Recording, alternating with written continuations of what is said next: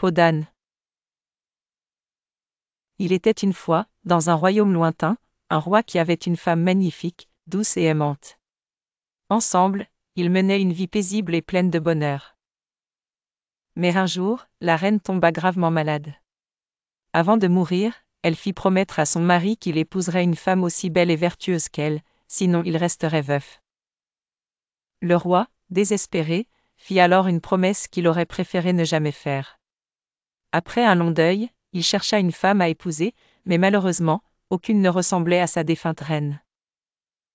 Un jour, le roi rencontra sa propre fille, la princesse, qui grandissait, devenant de plus en plus belle chaque année.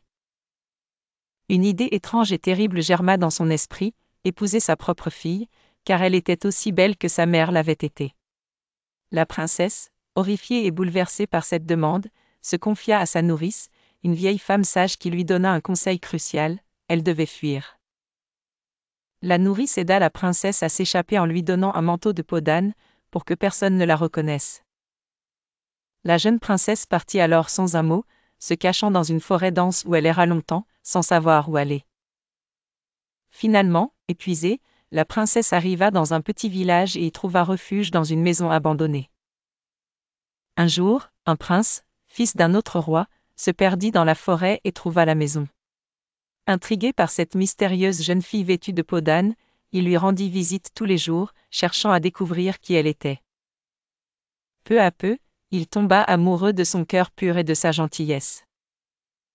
Un jour, la princesse, qui se faisait appeler Peau d'âne, eut l'idée de demander au prince de lui offrir un cadeau très spécial, une robe d'or, une autre en argent, et une dernière faite de ciel et de lune.